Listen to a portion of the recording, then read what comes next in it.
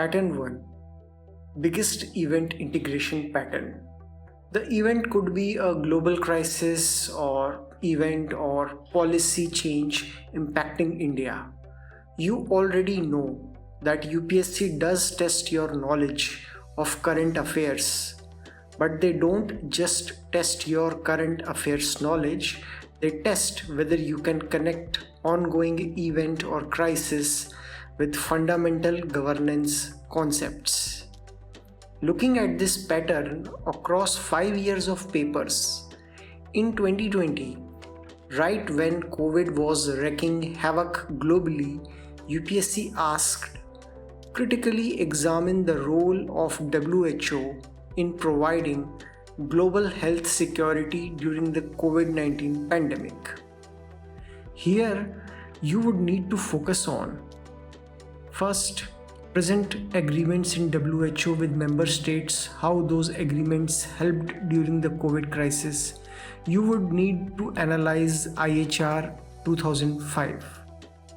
Second, what were the lacunas in IHR? You can mention specific examples of non-cooperation between member countries for sourcing vaccines, like between UK and European Union, Italy blocking supplies of vaccines from its manufacturing plants meant for Australia, etc. Third, what should be the minimum global agreement on such health crisis amongst all WHO member and non-member states as well? Fast forward to 2022. When Sri Lanka was in complete economic meltdown, the question was, India is an age-old friend of Sri Lanka. Discuss India's role in the recent crisis in Sri Lanka in light of the preceding statement. Again, a contemporary crisis linked with foreign policy principles. You need to evaluate this with, first, India's foreign policy and priority to support immediate neighbors. Second, types of financial and non-financial aid India has given to Sri Lanka up till now. In 2023, GS-2 mains asked this: virus of conflict is affecting the functioning of the SCO. In the light of the above statement, point out the role of India in mitigating the problems. Notice how they are not asking about SCO's structure, but about India's role in managing real-time conflicts within the organization and watching out India's interests.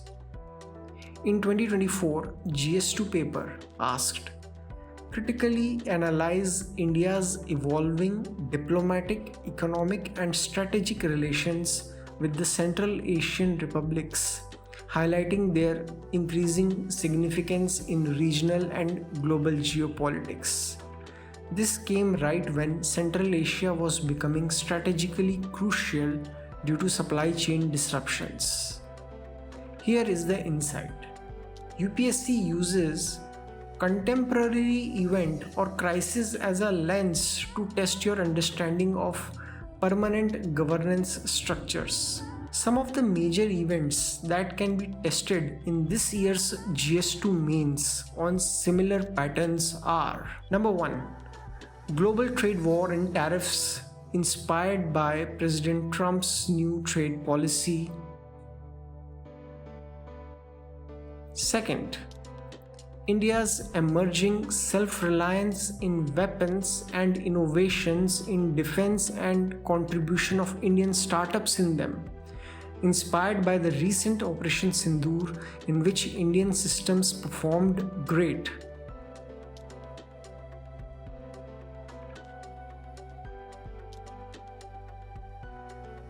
Third, rising defense budgets of EU countries, emergence of combined European defense force with less dependence on NATO. Rearm Europe plan, also known as Readiness 2030, is something you should read about.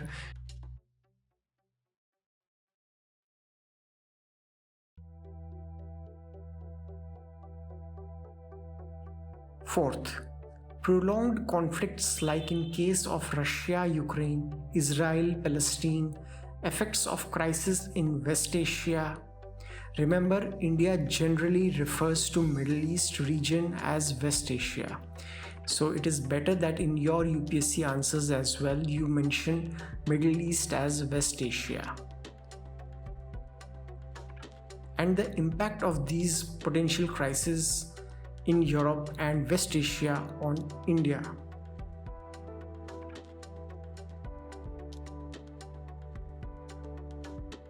That's it.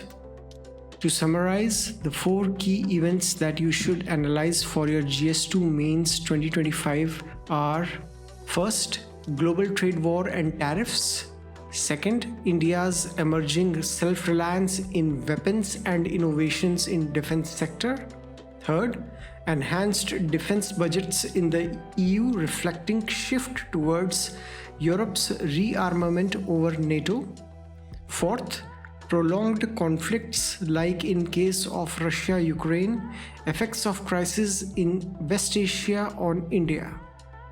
Pattern 2. Effectiveness versus limitations.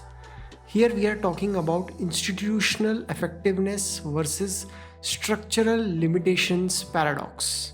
In this pattern, UPSC is actually testing your analysis of an institution or government policy or scheme in a wholesome manner with both successes and shortcomings. Basically, UPSC wants to see whether you can see the complete picture or not, and just not see the glass half full or half empty.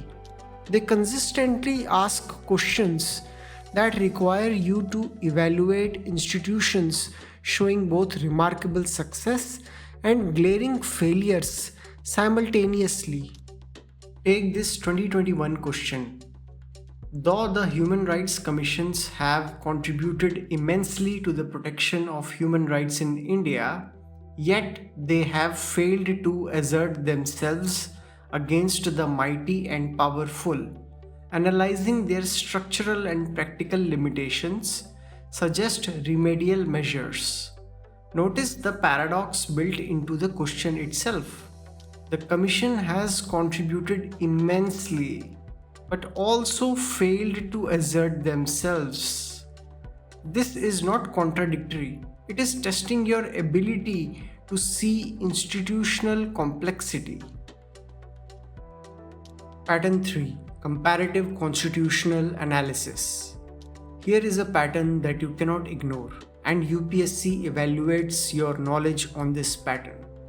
They want to check if you understand how different democracies handle similar challenges.